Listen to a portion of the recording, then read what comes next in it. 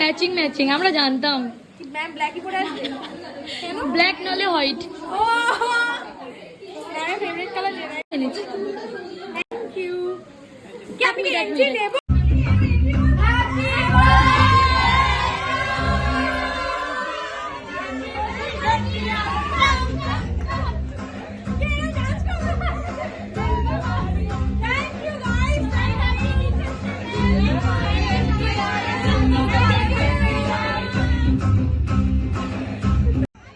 তো welcome back to our mini blog. ম্যামের birthday সেলিব্রেশনের দিন চলেই এলো, তো সেটাই তোমাদের সাথে একটু শেয়ার করে দিলাম।